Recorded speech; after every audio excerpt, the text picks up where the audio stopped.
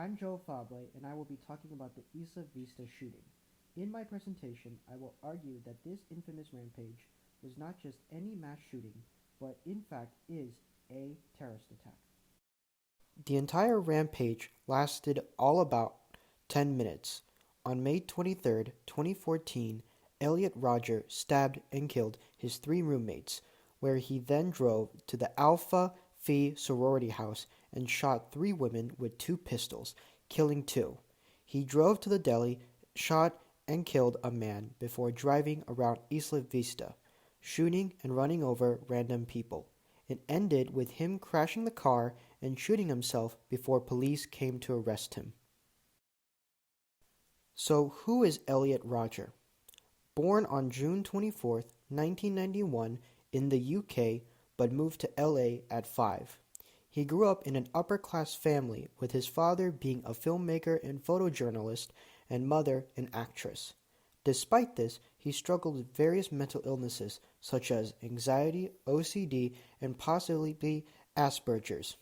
He struggled in school with constant bullying and anxiety attacks that he often transferred to multiple different schools. He attended 3 community colleges but dropped out a few years prior to the shooting. He also opened a blog and YouTube account in 2012 where he ranted against women and society. Moving on to terrorism.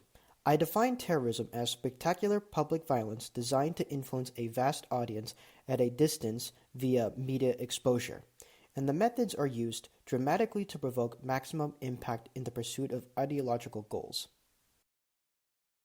Next, I want to talk about the Incel Movement, which is a group of young white men who blame feminism and women for their virginity, while also believing in the superiority of men over women. This is typically comes from when a man's gender identity is threatened. They would more likely go to this mindset of traditional gender roles, where their manhood is of toughness, aggression, lack of empathy, and the devaluation of women. Right before his rampage, he emailed his manifesto titled My Twisted World. Elliot Rogers is an incel himself, in particular through his own manifesto, where we can see these 3 quotes. I have lived a life of pain and suffering, and it was time to bring that pain to people who actually deserve it. I cannot kill every single female on earth, but I can deliver a devastating blow that will strike all of them to the core of their wicked hearts. I will attack the very girls who represent everything I hate in the female gender, the hottest sorority of the UCSB. They all have in common is the sense of retribution towards women. Now I want to argue from the previous 3 slides that Elliot Rogers is an incel terrorist. The reason being is, prior to his shooting, he released his manifesto and final YouTube video explaining his plan and motivation.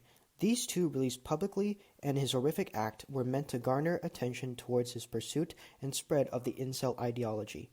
In fact, he targeted the Alpha Phi sorority as he sees it as a symbol of everything he despises. Yet, there are counter-arguments such that Rogers' attack is less of an ideological and more personal attack with no cause. Another would also be his hatred of women and not an ideological cause like Nazism. While I do agree that Rogers was mentally ill, I argue that Rogers did attempt to spread his views with the public releasing of his manifesto in video. Not only that, but misogyny is an ideological cause like Nazism in the devaluation of women, and he even envisioned a society that is ruled by white men. Rogers' act did lead to other inspired attacks. One is the 2018 Ontario van attack, where Alec Masson ran over 20 people with his van, killing 10 and injuring 10. The other is Nicholas Cruz, whose 2018 high school shooting, where he killed 17 and injured 17. Both of these attacks had similarities to Rogers' attack in that these men had similar personality traits of mental disorder and a hatred for women.